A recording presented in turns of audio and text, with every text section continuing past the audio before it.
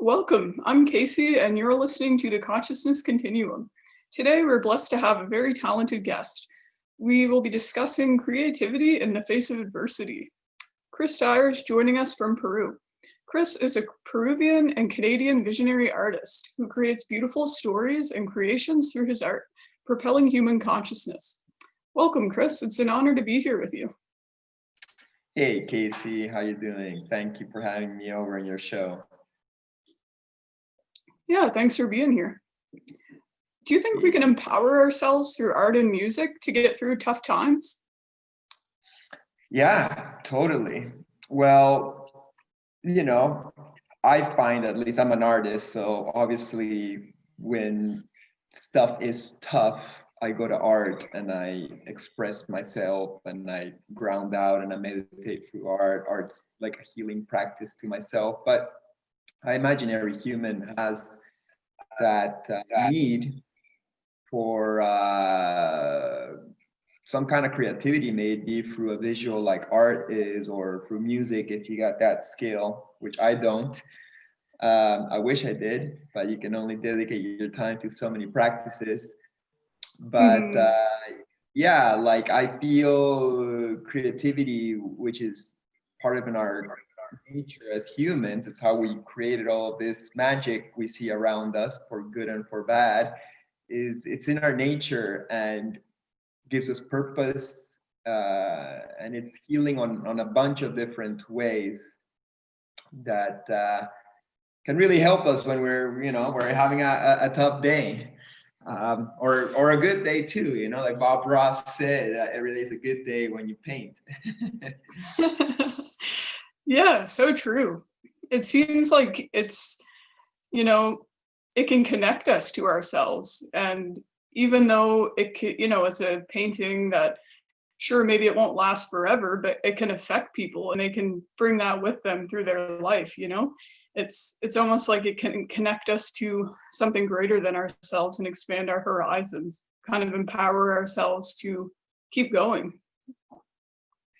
Right. Well, depends, who is the painter of the painting. Like I can be like, well, as a painter, I can have a painting that comes from my mind that is trying to illustrate some kind of perspective or even political point of view, or maybe just copy what I see in front of me. I want a painting of my house. I want a painting of that bowl of fruit. I want a painting of my lover, whatever.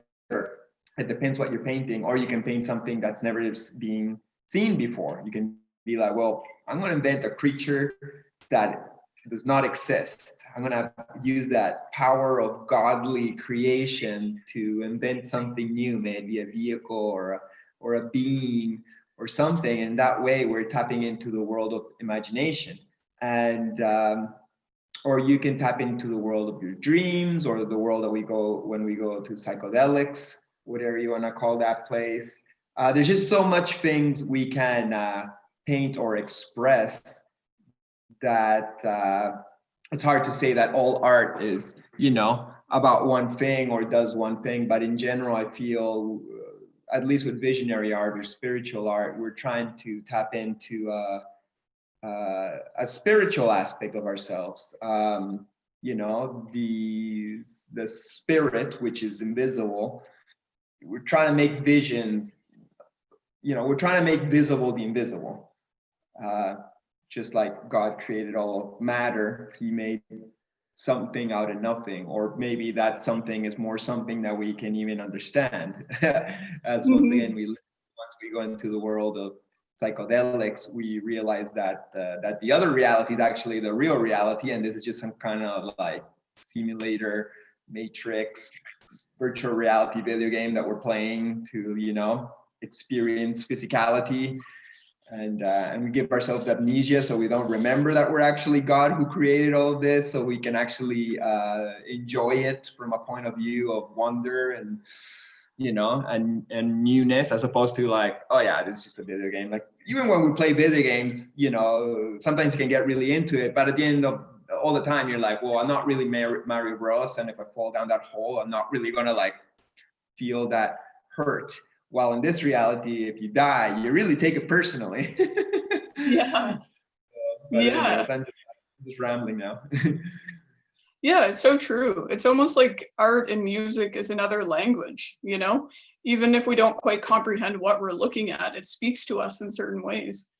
And yeah, it's definitely it's almost like terrain, you know, or like uncharted terrain that you can kind of you can perceive and connect with nature and the ancestors through a paintbrush, and that's quite phenomenal. Right. And you do it for yourself, but then you can also look at the painting and art of so many other amazing artists out there and see how they what they invented, and you can be all like, wow, like they just invented something, even if it's just like a image of something that doesn't really exist, but now I can actually see it. Or music, sometimes you hear it's like, what planet did that music come from? You know, where does that come from? You know, and it comes, Yeah, yeah. you know, from inside us. And so if we can bring stuff invisible, inner things from us out to the world for us to hear and see, what a beautiful gift that is. You know, it reminds us of how powerful we really are, and that really anything is up for creation. You know, the world we want to see, the life we want to live, we can keep on manifesting that through the actions that we do in our lives. Yeah, I like what you said there. It's like we can't control the weather, we can't control what other people do, but we can control what we do with our time. And we can, you know, we can express what we have inside of us, even if we don't really know what it is. And it can Sometimes I think inspire we us. can control the weather though. Well, yeah. We shouldn't control the weather, I should say. Well, scientifically speaking, I'm not going to go and see the cloud, but there's been like ceremonies where I'd be all like, man, wouldn't it be great if it was sunny after a ceremony so I can, you know, go and bathe in the river and not be cold. But it's like just a cloudy day. But when you're in that zone, you're like, but you're God, maybe you can make it happen. And then you're like, come on, son. And it's like, no, just surrender to what is. You know, you can't force nature. You know, you gotta do its thing. But then you go to the river and all of a sudden the sun comes out. It's like, man, did I do that? It was such a cloudy day. So I don't know. It's just like, you know, preposterous talkings of a dreamer. Yeah, But yeah. Steph, It's you were saying that we can't fight a lot of things in the world. Definitely, this world's kind of like a group vote, you know, like just because I want to see the world being a utopia, I can't paint it to be a utopia because I'm only just one person. And as long as most people think that the world's a shitty place and humans are a bunch of parasites on the planet, then we'll keep on creating that. That's why it's important for artists and musicians to keep on putting a new code out there that humans are not a bunch of destructive parasites. We can act that way, but that's not our essence. That we're actually good people who want to see a beautiful world, that want to see the environment respected, that want to live in peace and unity and harmony. And thus, putting out that code, we can become it more and then vibrationally vote it out into the matrix of creation and hopefully attract that into our reality. At least yeah, that's the intention. so true. It's like it's so easy to feel guilt and shame to be a human, but at the same time, we're all doing the best we can with what we know. And sure, we make mistakes, but we can learn from them. And it doesn't mean, you know, like we have the capacity to destruct things, that's for sure. And we can see that everywhere. But at the same time, we have the capacity to create beautiful things. And we have the capacity to influence things for the better, and we can actually work with the earth instead of destroy it, you know. Like I don't think technology is inherently negative, I just think it's the way we use it. And it's so easy to say like this is bad, this is right, but I feel like things are kind of up for interpretation, and it's how we use those things, like being aware of them. Yeah, totally. Technology, money, they're all just mediums for purposes. And what you do with that technology, what you do with that money, what you do with your body, your hands, your everything could be good or bad. I myself, I'm trying to get rid of the feelings of shame and guilt in my life. for the times I've used my tools and actions in the wrong way, because we are humans, we make mistakes. It's part of the learning process, and it's a blessing, because if I didn't learn it was a bad thing, I'd keep on just doing bad things, and that's no good for nobody. And I don't think like guilt or shame should be the feeling to make me stop. You just kind of like observe and be like, hey, like I damaged or destroyed something, and that's not good, so then I'll stop doing it, without necessarily having to like sink into the feeling of badness or feel like I'm a bad person for doing bad things sometimes, as we all will do once in a while. But yeah, let's use our tools, and it's the same with art. You can make art that like uplifts people and gives us the visions for a brand new world of love and peace. So you can make art that goes along with the propaganda of the code setters in our societies, that that we should just be a bunch of consumers and take and destroy, and when it ends, it ends. I don't think that's our essence. Let's change the code. Yeah, it's like we don't have to just ruminate on the feeling of guilt and shame. It doesn't help us, doesn't help us to progress. It doesn't help the people around us. It just kind of vomits toxicity all over our surroundings. So we should just kind of get on with the show, I think, and realize what a gift it is to be here. We have the capacity to be sentient and like bring heaven on earth. It already is. It's just we're not aware of it. So we're kind of searching all the time to be out of the present moment. But yeah, I think art has a huge role in that.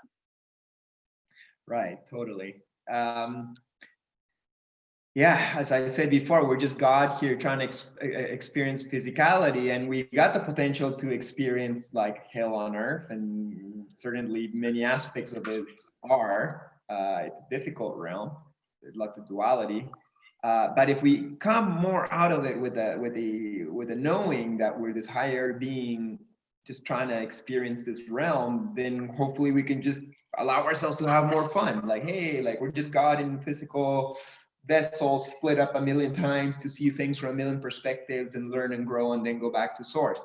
How about we just have fun in the meantime? Let's stop pointing fingers at each other for the mistakes we make on the way to becoming back who we are. And because that's not really like, making us feel very nice or stoked. Let's just kind of like learn and move on and support each other and be nice. It's it's a tricky situation, but we can do that. I think so too. Yeah, it's feels like a tipping point in a sense. It's so easy to get overcome by, there's so much negativity going on, but at the same time, there's so much possibility for beauty to arise. And I feel like it comes from, we need to get, a bunch of people believing that, because I think belief creates reality. So if we truly do believe that, and we know that in the center of our being, then it's bound to happen. It can't help but happen. Right. It's in our hands, I feel. Like I can only really do it in my own life. And I try my best to create my own personal paradise and blessings without feeling guilty. Like sometimes, for example, yesterday I made a post on my Instagram being like, check it out, I'm in Peru. My dad built me this house, with this apartment with his own two hands with bricks and a worker, and he designed it. Wow. And he's 17 years old, and he made this thing so that I can live closer to him. And now I'll spend my winters in Peru, looking out the window, seeing some flowers, some trees, some mountains. What a blessing, And the viewer can be all like, fuck Chris Dyer, he's so lucky he didn't earn that thing. Like his dad just made it for him, and he's this race or that, and that's more privileged, and it's not fair. But you can throw that guilt trip on me for just having the blessings that came to me, or I can just be grateful and just let people know that we can all manifest our own blessings in our lives. Like my relationship with my parents, for example. I fought with them, they're parents, they're annoying. But I had to work through it, And I'm not saying like my parents are the same as other people's parents, but hopefully we can all find that middle ground where at least we're not fighting with our parents, and we can go and visit them for Christmas and find some loving relationship with them. And so where am I going with all this stuff? Am I just lucky and blessings fell on my lap? Maybe to some degree, or did I create this by being a good person and believing that I deserve to live in a nice place? Maybe that too. And as you said, we could all do that to some degree. We all just gotta believe that you can do that. Mm-hmm. And maybe it's harder for some people than others, but it's never impossible. You just gotta, like, for example, if you wanna succeed and live comfortable, you just work hard at being good at what you do, maybe art or whatever, and then putting it out there, and hopefully things work out for you. So yeah, I believe in self-manifestation and doing things and making it happen. Like even being in Peru, there were so many odds that I was not gonna make it to Peru this time. Like, it's a COVID world. You're not supposed to travel to another continent. There's restrictions. You had to get into Peru, I needed like COVID test, and affidavit, sworn papers saying that I would quarantine myself. I needed students to make it into. I needed my shaman to make it from India, who he was locked in India for most of the year. There was a lot of things that were not gonna make my retreat in the jungle work out. But I was like, no, I'm gonna make this retreat happen, even if it's me by myself sitting in the hut by myself. And yeah, I passed my COVID test, which seems like it's a 50-50 chance sometimes, those PCRs. And I went through all my flights. My shaman made it, a couple of my students made it, and I had my retreat. It was a small retreat, but it happened. So I feel to some degree I did project out that manifestation for that thing I really wanted, which very easily could not have happened. Mm-hmm.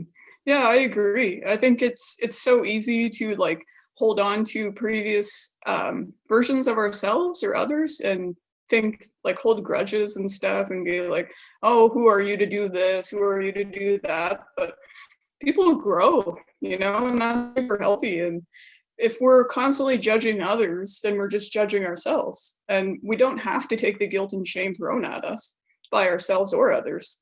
And yeah, it's possible to do anything you want, Sometimes it's not always an easy road, but you got to just put the work in and believe that you're capable of achieving it, and things will conspire in your favor.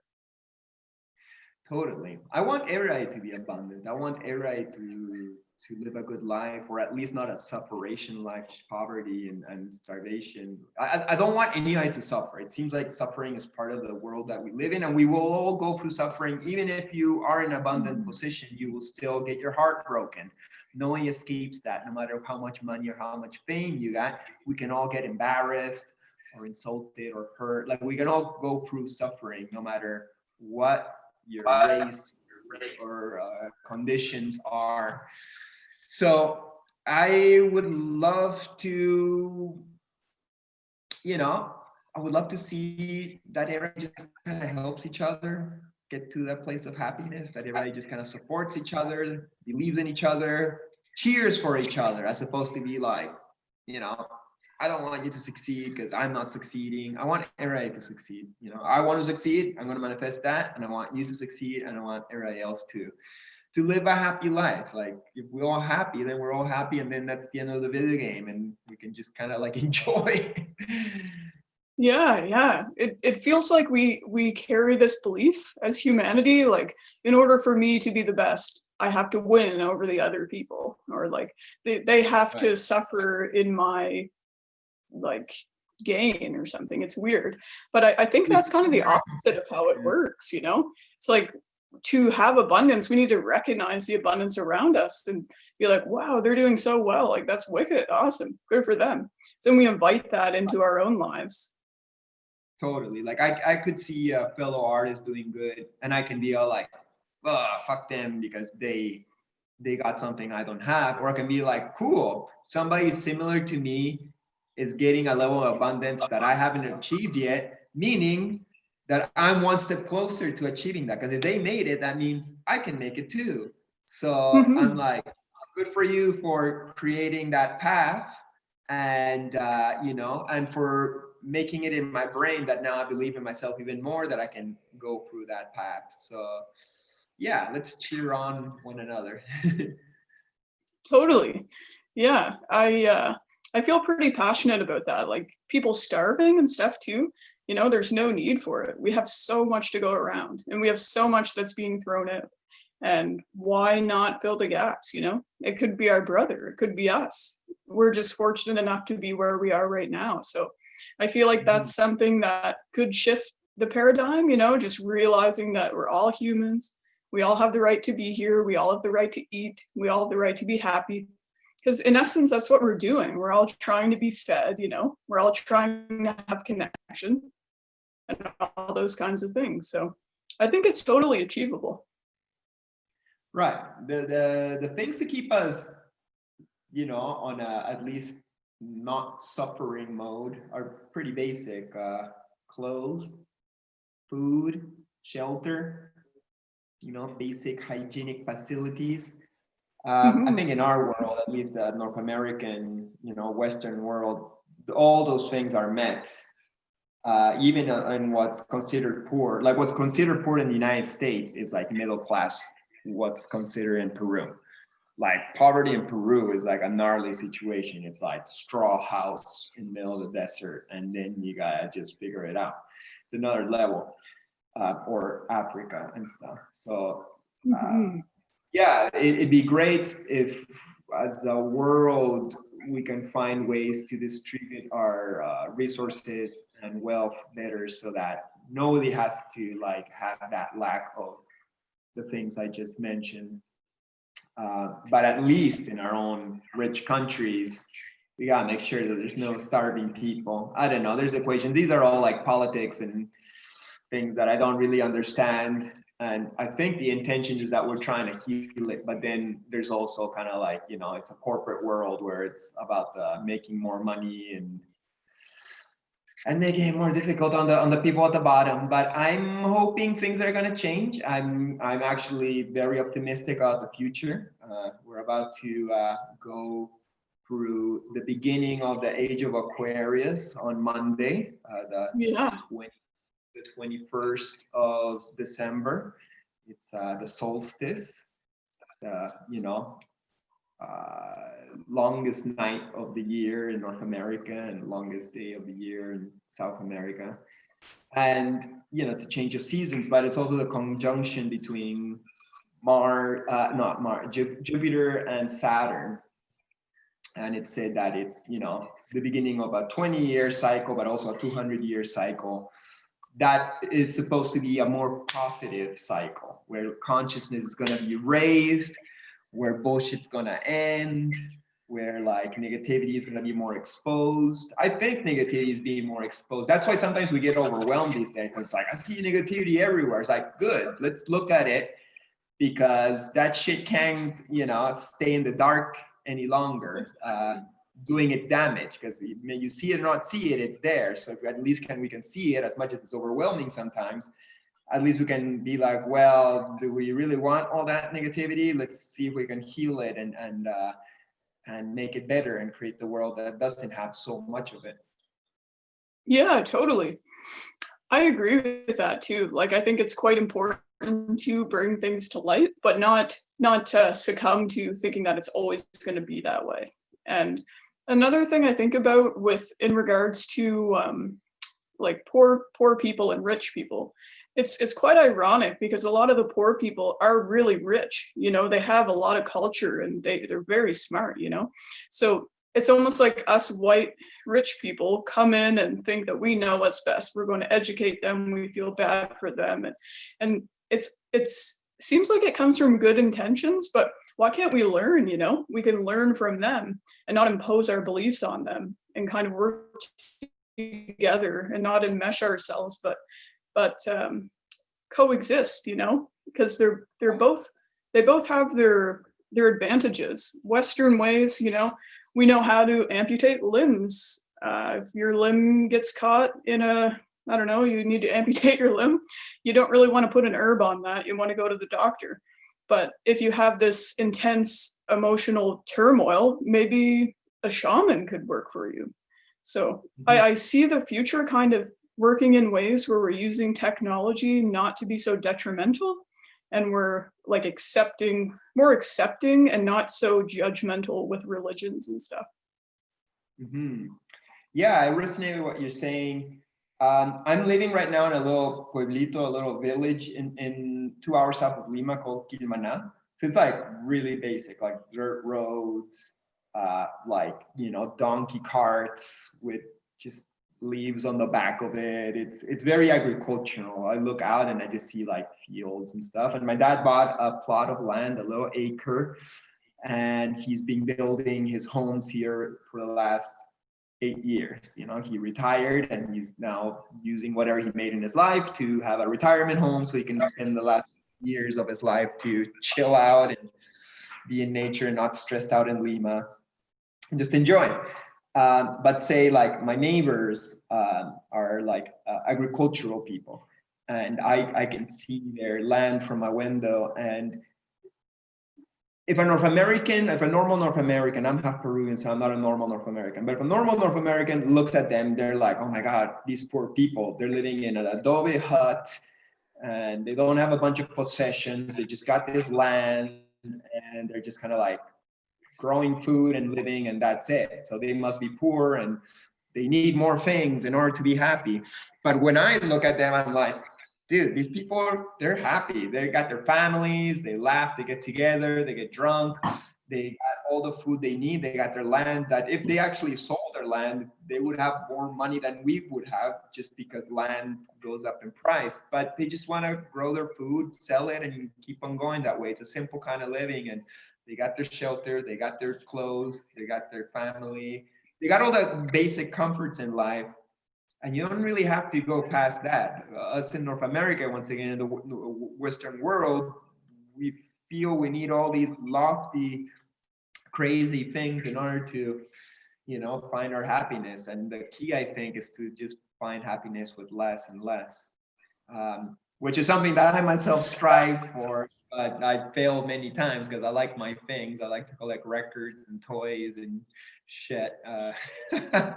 So I'm not saying that I'm exempt from that addiction to wanting material possessions. It's, I guess, the culture I grew up in, so I'm victim to it too. But yeah, we don't need that much, and we could even learn from more humble cultures and societies that are happy with the basics and don't need so much shit in order to try to find their happiness. Yeah, totally. It seems like in the Western world, because we don't feel connected inside, we try to search for that connection in our external surroundings. Like we buy all these things and we're like, yes, when we get this new shirt, we're going to be so happy, or we get this new whatever it is. But it's always temporary until we actually find that place within that we feel satisfied. Yeah, it's an interesting scenario. And I don't feel it's also like not a negative thing to want to be abundant. Like if you are a manifester and you want to work hard and you want to get a big house and a car because that's what is your video game and that's what makes you happy, that's not a negative thing neither. As long as you know that that's not the source of happiness, that just makes you more comfortable. Yeah. Happiness always has to be there by just being here now on the road to whatever video game you want to beat in your life. So yeah, that's a good point too, because we shouldn't feel guilty about wanting the things we want, but we should just know that that's not where our happiness is coming from. That's a good point. Yeah, you shouldn't be unhappy for what you don't have.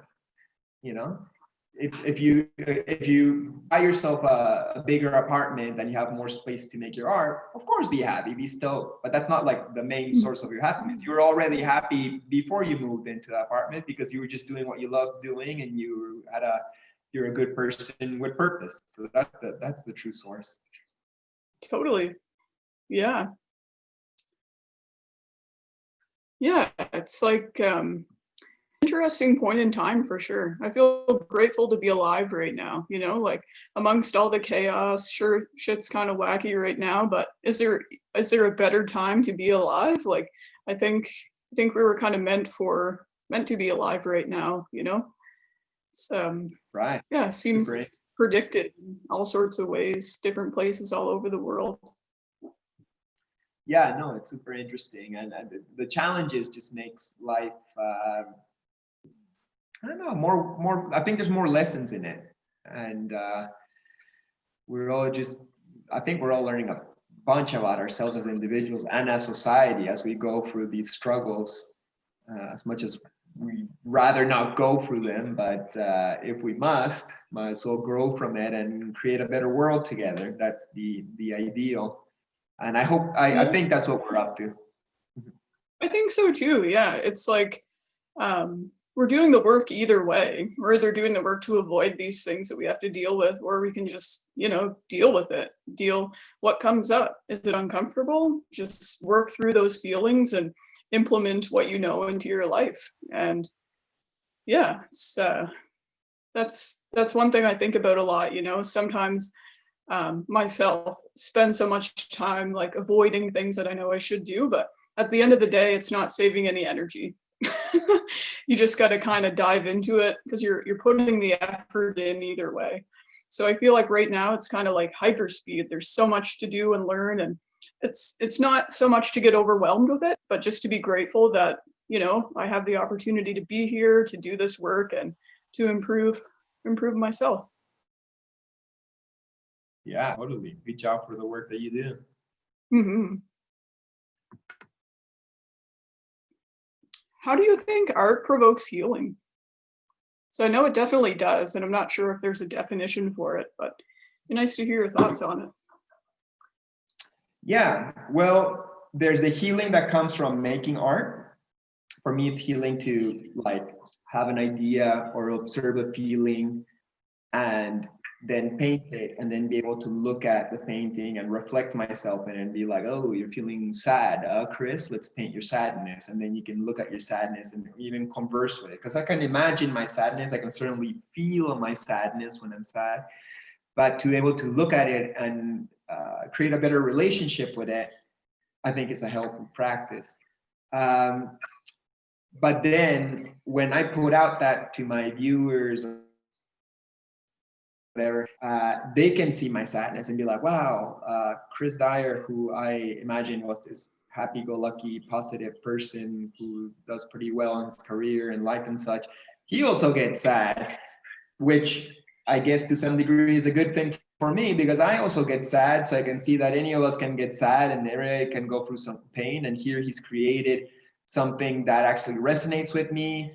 And I feel there's some kind of empathy and understanding for my situation. So that's healing as well, you know, to feel like you're understood in your feelings.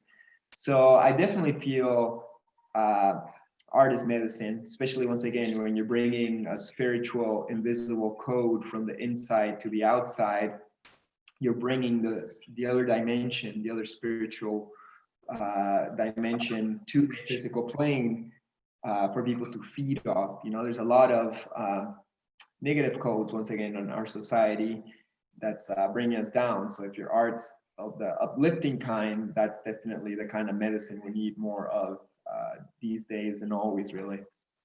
So yeah, art can be a thing for the maker and for the observer. And I'm sure there's more that I'm not thinking about right now, but definitely just communication is healthy in general, and art is definitely communication. Hmm.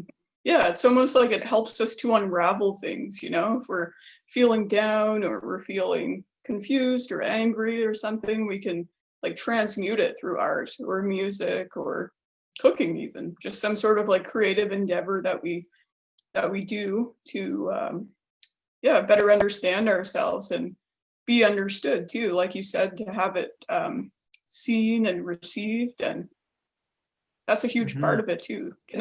Connection is supernatural for humans, I think. Right. It's very necessary for us to connect. So when you're putting out your emotions on a plate, and people can be like, "I understand you, Chris. I love you. I support you." You know, even if I don't know them, there is a vibration that goes out that embraces me and supports me on my path. So I always appreciate it. Yeah, exactly.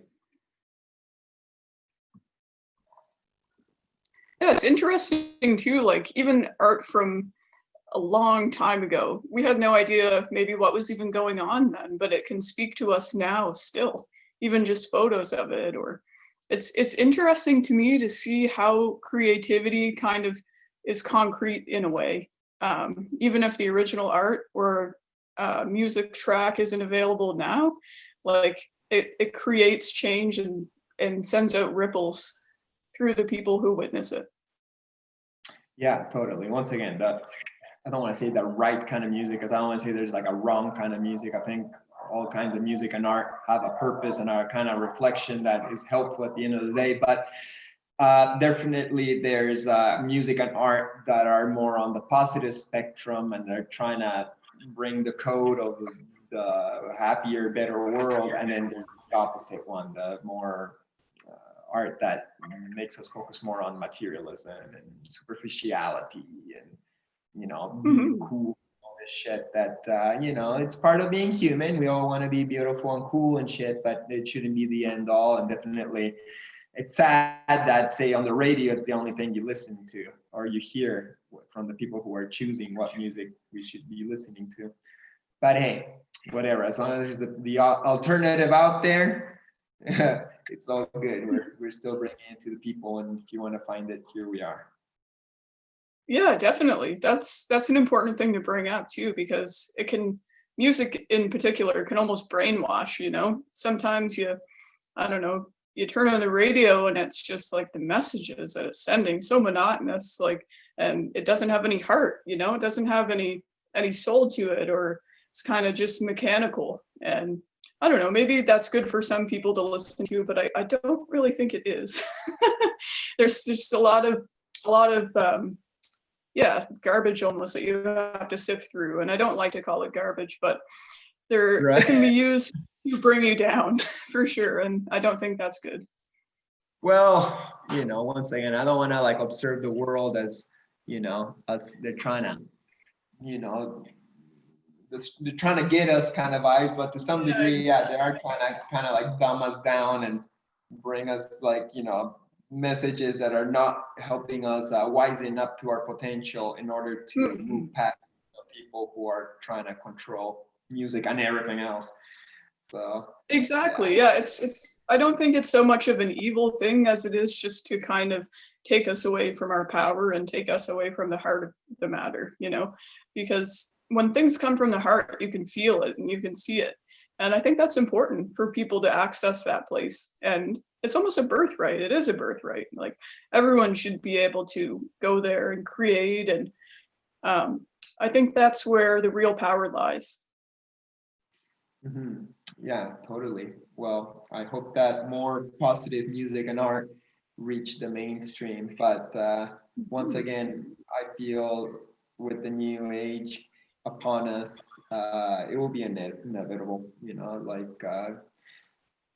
There's just been so much negativity in the world that people are just starving for positivity. They're starving for essence. I think, if anything, that's why my career has been doing good, because there's a lot of people just starving for some good content out there, and I'm just doing my thing.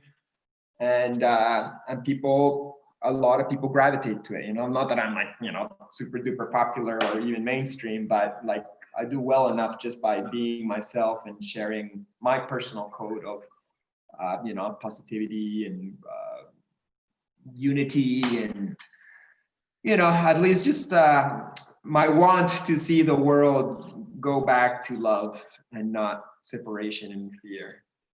I think more people want that, so I'm trying to express it in myself, and I feel a lot of people feel that.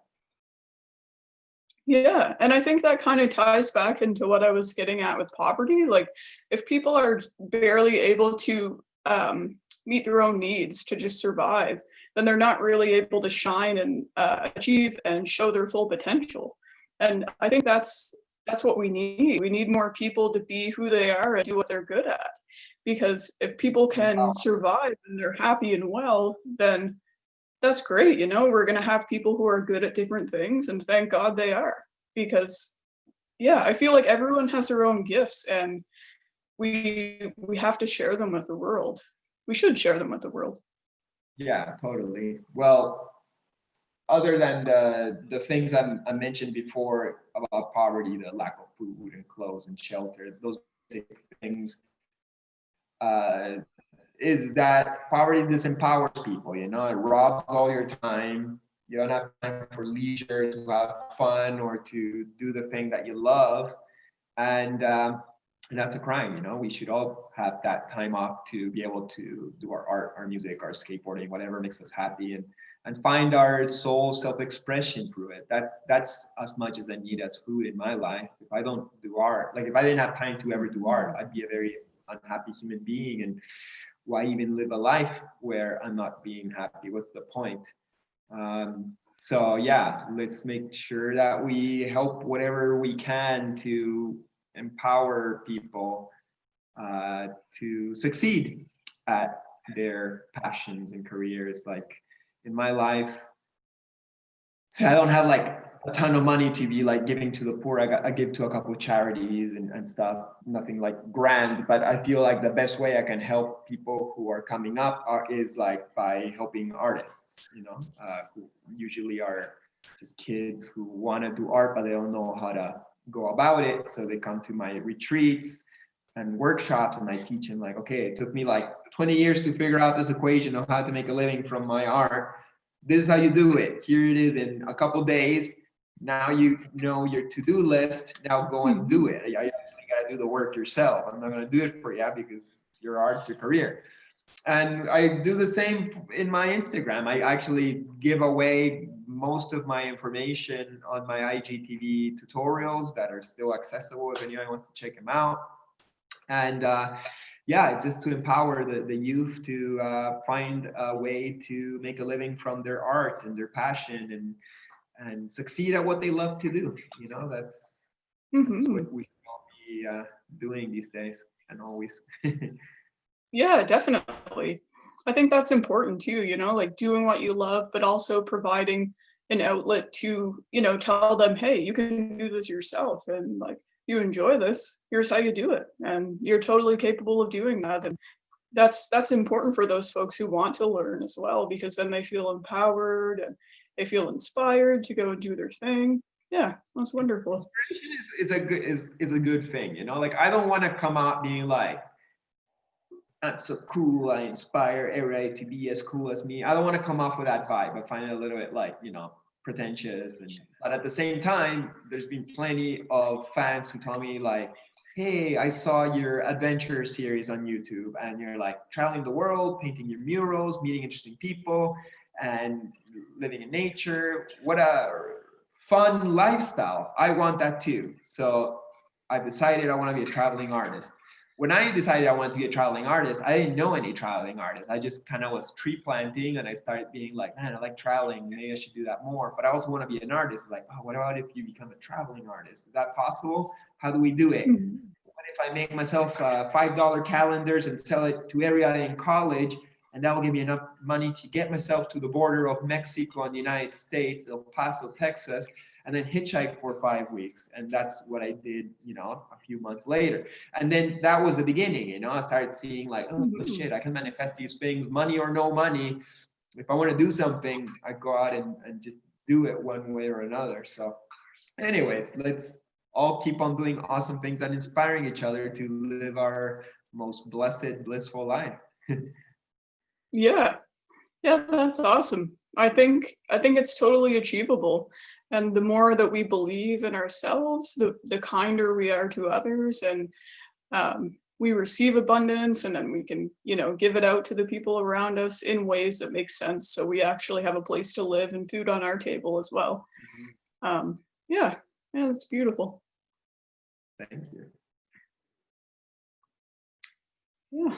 Well, we're getting pretty close to time here. Thank you very much for being here. I'm sure you got some stuff to do today as well. Well, it was a great conversation. Yeah, I definitely have homework. I always do. I'm trying to get all my computer homework done so I can get back to painting. But as I said, I got this brand new studio.